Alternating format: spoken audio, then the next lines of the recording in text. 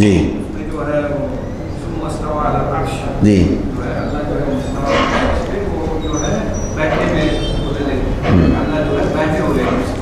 ان سے دلیل جب مانگتے تو بولتے کہ سورہ یونس میں جو ہے واستوى على جودی جو نوح علیہ السلام کی جو ناؤ تھی کشتی جو تھی اللہ کی جودی میں چھوڑی گئی.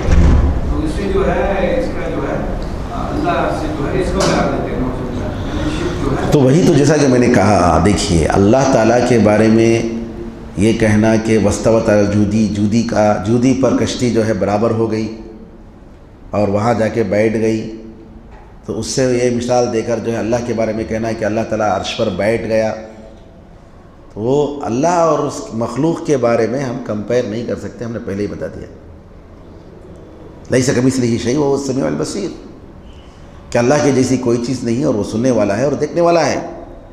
تو لہٰذا دونوں لفظ کو لے کر یہ سمجھنا ہے کہ اللہ تعالیٰ کی بھی وہی کیفیت ہے.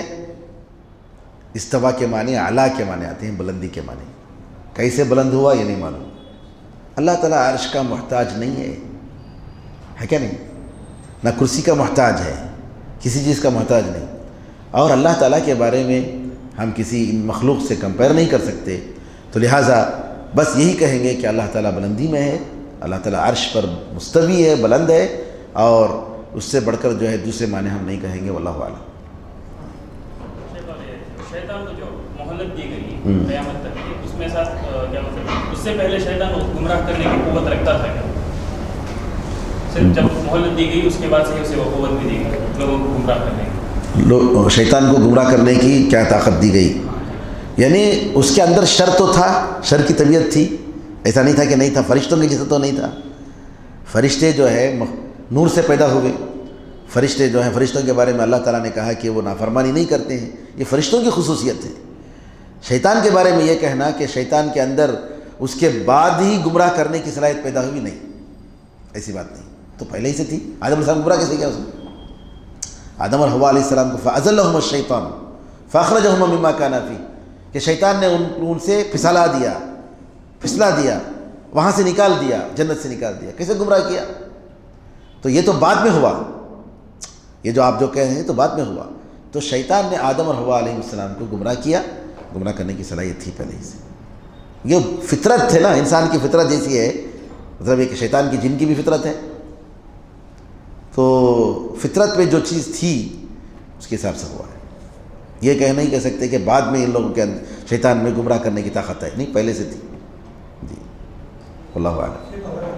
کہتے ہیں کہ شیطان اللہ کو مانتا تھا، اللہ کو یقین کرتا، اللہ کی عبادت کرتا تھا، تو یہ بول سکتے کہ اس کے اندر توحید تھی؟ نہیں، استغفر اللہ. تو باغی ہے. ویسا میں نے کہا نا کہ شیطان کے بارے میں یہ کہنا، یہ ابلیس کے بارے میں کہیں ایسا نہیں ہے کسی بت کو جا کر داغ بلایا اس نے. لیکن شیطان کے یا انسان کے کافر ہونے کے لیے کافی ہے کہ اللہ تعالیٰ کے احکام اور اس کے آرڈر کے ساتھ بغاوت کرے. باقی ہے نعوذ باللہ. اس کی بدو سے سجدہ کرنے کے لیے کہ آدم علیہ السلام کے لیے نہیں مانا، کفر کیا اس نے. تو انسان جو ہے اگر لا الہ الا اللہ محمد رسول اللہ کہتا بھی ہے اور پوری طریقے سے ایمان لاتا بھی ہے، لیکن اگر ایمان کے تقاضوں کا کسی جگہ بھی اس نے، جیسا کہ بعد میں آئے گا کفر کے مسئلے میں، اگر وہ نعوذ باللہ وہ اللہ تعالیٰ کے آرڈر کے خلاف گیا تو کافر بن گیا ہے کیا نہیں؟ مثال کے طور پر کوئی شخص جو ہے شراب کو حلال سمجھتا ہے، وہ مسلمان نہیں ہے، وہ کافر ہے.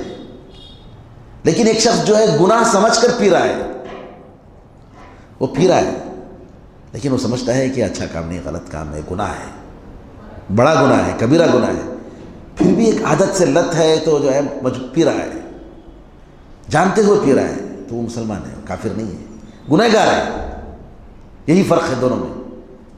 ایک آدمی نماز کو فرض نہیں سمجھتا ہے، نماز کو فرض ہی نہیں سمجھتا ہے، وہ مسلمان نہیں، وہ کافر ہے. لیکن ایک شخص ہے سمجھتا ہے نماز جو ہے فرض ہے، سستی کی وجہ سے بجا نہیں رہتا ہے، تو وہ مسلمان ہوگا انشاءاللہ، اگرچہ کہ بعض علماء نے اس کے بارے میں بھی کہا کہ وہ کافر ہے. تو جتنی چیزیں ہیں شریعت کی، سب سے پہلے آرڈر یہ ہے کہ آپ قبول کریں، مانیں اس کو.